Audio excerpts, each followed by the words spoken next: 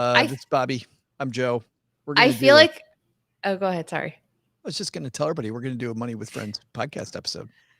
Do you feel like it's Friday, even though it's Thursday when we're recording this? I feel like it's a Friday. Well, and especially maybe because it's summer. Well, yes, and I thought that I was hitting the road tonight to go look at places we might live, and it turns out that that's not happening. So we will not be hitting the road this week or this weekend for that. Maybe next. But you still have to get out of your house at some point soon, right? How long does it take to close a real estate deal these days? Like, what happens? What's your timeline? This is funny. We always say the card table that I said at the card table. There is a mirror right here. You can see you can see my finger in the mirror behind me. And you'll also see but check out the card table. See everything sitting on this card table right here. But then you'll also see that there's boxes back there. Anyway, that just shows the floor. There's boxes all over the place. The estate sale happens next week, next Thursday, Friday, Saturday. Guess what happens on Friday, by the way? Friday night, Paula Pant from Afford Anything comes through town.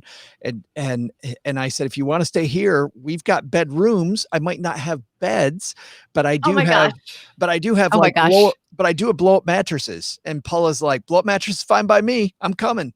So we're going to have a party at my house. And everybody's job is to bring a lawn chair and something to drink and something to eat. And we will figure out a party at our house just before we move. And then we move the following Wednesday. So. And Paula is coming through town. She's moving too. And she's moving. She's on her way to go be closer to you. That's what she said. I want to be closer to Bobby. Yes. Well, it's certainly New York will always keep you on your toes. So we will be happy to have Paula join us in the chaos that is New York these days. It's going to be some fun, I'm sure. All right. You ready to make your show? Let's do it. Let's do it. Hey, Baileys. How are you guys? All right. Here we go. This is for Monday. Got to do the math on my fingers here. 12, 13, 14, 15, June 15th, Bobby. As if the country's malls and retailers do business in malls didn't have enough challenges. Let's do that again, because you know what? That made no sense. One more time, Ashley. As if the country's malls and the retailers that do business in those malls didn't have enough challenges. The deal is off between Simon Properties and its plan to buy rival Taubman centers. It is Monday, June 15th, and this is Money with Friends. Welcome to the Money with Friends podcast. I'm certified financial planner Bobby Rebell, host of the Financial Grown Up podcast, coming to you from my very grown up kitchen in New York City. And I'm Joe Saul-Sehy, host of the Stacky Benjamin Show, coming to you live from my mom's half-finished basement. My penultimate week here. I like that word, penultimate, in mom's basement outside Detroit, Michigan. We'll explain why in a minute. This is the Money News Show that includes commentary on recent headlines and stories with thought leaders from across the financial landscape. We break those stories down into what matters to you, our friends, and we leave you with a takeaway to make it your own. Today's show is brought to you by Acre Trader. It's investing in farmland simplified. Mark Twain said, buy land, they're not making more. You can watch an explainer video and get your feet wet. I should say get your hands dirty, because that's what you do with farmland, right? Get your hands dirty at I wouldn't know. I wouldn't know. /MWF for more. And please use MWF when you go there, and that will tell them that we sent you. Bobby, we're back to help people start another week. I'm so excited. Yes. And we're going to talk about what used to be. I mean, this is something that is near and dear to both of us. I mean, I was a teenager in the 80s, and I have such fond memories of being at the mall with friends, with my mom. That was really such a social center. It was before we gave, 10-year-olds $1,000 phones to hold instead. We didn't have another place to, hang out with our friends. We were seeing them IRL. Something we also don't have now anyway. Back then, we didn't know what IRL meant. All I knew was I was putting on my members only jacket, some cool jeans, putting the big comb in my back pocket, headed out to hang out at the record store. None of those things exist. I had my Guess jeans, my Capezio shoes, and my Benetton shirt. All right, let's stop dating ourselves, Bobby. It's time to get rolling. Let's see which one of our friends can help us kick off today's show. Okay, this story comes to us from Bloomberg, and it is by Natalie Wong. Mall owner Simon Property nixes deal to buy rival Taubman. Simon said in a statement on Wednesday, it has exercised its contractual rights to terminate the deal, which was announced in February before the pandemic battered malls. The company said it was asking a court to declare that Taubman had suffered, quote, a material adverse event and, quote, breached the covenants in the merger agreement. Taubman shares plunged more than 40% after that statement was released before pairing the losses. Now, Taubman did not immediately respond to a request for comment. Taubman shares had been trading below the proposed deal price of $52.50 for months. That raised speculation that the deal was in trouble, or that Simon would seek to lower its bid. The move by Simon on Wednesday of last week could be a negotiating tactic, according to Lindsay Dutch, an analyst at Bloomberg Intelligence. Taubman could try to force Simon to close the original deal, but it might make more sense to work something out at a lower price, according to James Sullivan, analyst at BTIG. The downside in Taubman shares might be as low as in the 20s that the deal didn't close, Sullivan said.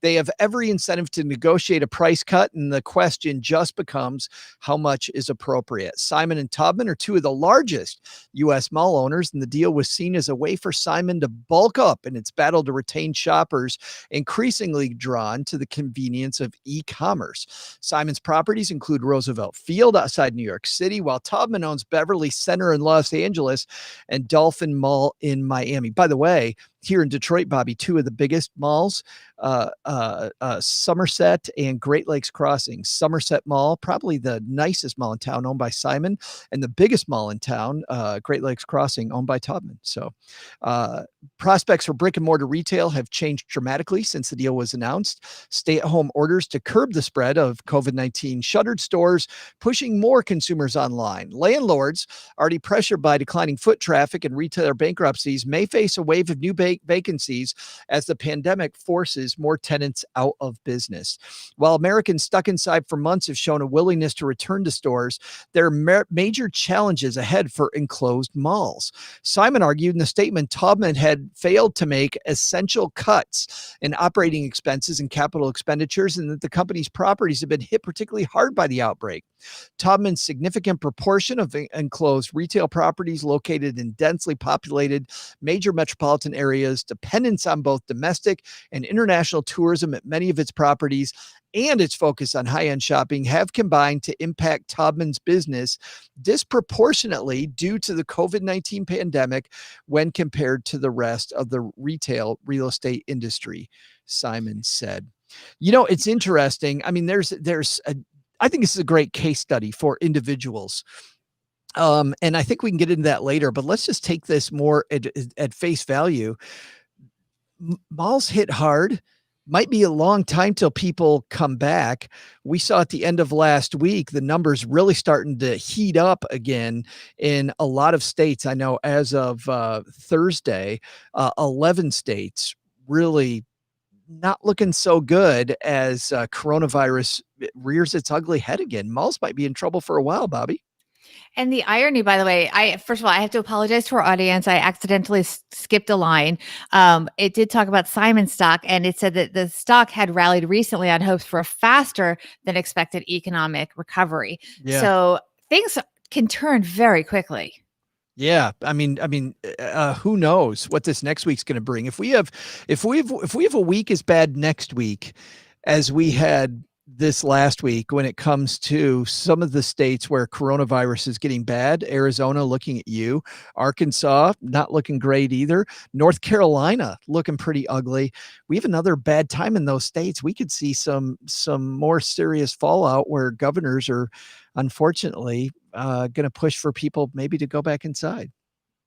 Gosh, that would be so hard for so many people and for so many businesses. The other thing that's also going to be an obstacle is that as I'm here in New York City, so we cannot yet go into stores, but I imagine as people are going into stores, depending on local laws, there are new precautions that will also hurt business. So if you can only have a certain number of people in the store, well, you can only have so many transactions per hour. It will also, of course, people might want to go to your store and then they walk away because it's too many people are in there. They can't go in and maybe they don't come back. Also, you're going to have to be very careful with your enforcement with your employees and your patrons with masks and all the different cleaning at a certain level. That costs money to clean that much more often will cost businesses. So it's just going to be a much higher cost of operating. And at a certain point for a business to stay in business, those costs will be passed on. I mean, the restaurant business, and there are restaurants and malls, could get extremely expensive if they can only seat a much smaller percentage of people per dinner service, Yeah. let's say, or lunch service. They can only, it's very limited how much money they can make and therefore limited how many people they can employ. Well, this is where I want to start transitioning from this deal into really what's the takeaway for us, and use it as kind of a case study. When I first became a financial planner, I had a franchise. So I was a part of American Express, but I owned my business independently, right? But I had a lot of guidebooks from them. I paid them a franchise fee. There were all the same things that a McDonald's would have, as an example, but for financial planning. And I had a consultant come into my business early on and asked a very simple question, which is, how much money do I need to make in a day just to keep the lights on? How much money do I have to make in one day to keep the lights on? And you can actually ask that in any family, right? How much money do we have to bring home in a day to keep the lights on? Which means that we know a couple numbers. We know what our burn rate is per day, the amount of money that we spend on an average day, and we know how much money's coming in the front door. And the sad thing was, I answered, Bobby, the same way that most people answer. I have no idea. And what I found was that there are fixed costs associated with living, right? My mortgage payment's going to be the same whether I'm at home all month or I'm away all month. It's the same thing for these stores in this mall. The store in this mall, to turn the lights on a day, whether they turn the lights on or not, they have a fixed cost. Now, maybe they could negotiate that down while the mall's closed, but I don't know what the tenant is and how that whole thing works. But man, knowing your fixed cost at this time, I think really important for stores, because you're right. If you can only have a quarter of the traffic come into the stores that you used to be able to have, your fixed cost, still your overhead in a lot of cases, isn't 3/4 lower. And your revenue presumably is going to be 3/4 lower unless you make an adjustment. And then you get into a vicious situation where, are you really going to quadruple your prices? I don't think people are going to Right. come, and then you're losing customers that way. So I hope we find some kind of a workable equilibrium as we move forward in this country. And really, it's a global pandemic, so everywhere is facing some version of this. I also think that it's important for us personally. You think you bring up a very good point that we've all come to terms with as we've been home. I think what's been interesting is you talk about what does it cost for a family to turn their lights on. Being home, we've all seen real changes in that, and a new understanding of what really is necessity and what is not. Because Yeah. a lot of things that we thought were necessities, we just forgot to do. Might We just not stopped be. doing, a lot of things that I thought I could not, that were just part of our lives, just stopped mattering. And we We learned a lot. I think we learned learned a ton. And going to the mall might not be as important today as even was last week, which isn't Yeah. as important as it was in the 80s for you and I. There's another thing here, which is whenever I would find clients have issues with a big transaction, a big problem usually happened, Bobby, which was that they didn't read the contract that they were in. And this is Simon. Now, maybe according to the article, it kind of feels like, and this could be the journalist, I don't know, but it kind of feels like Simon's trying to wiggle out of this contract because of the fact that the pandemic stuff hit and they don't want to pay the $50 a share. They want to pay closer to $20 a share. I mean, think of 40 something percent off, well, 60% off deal if they get that. But understanding the contract that you're in, I know people when it comes to cell phone contracts, as an example, internet contracts, cable TV contracts, like these contracts, every day people are trying to get out of these things, and they timeshare contract, right? Timeshares. I was waiting for you to get to timeshares, Joe, because I know you love to talk about timeshares.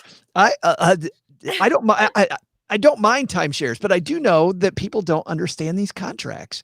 And Yeah. this is a clear case where Simon, understanding the contract that they're in, might have room to wiggle out. Sounds like, according to this, that they probably will be able to wiggle out.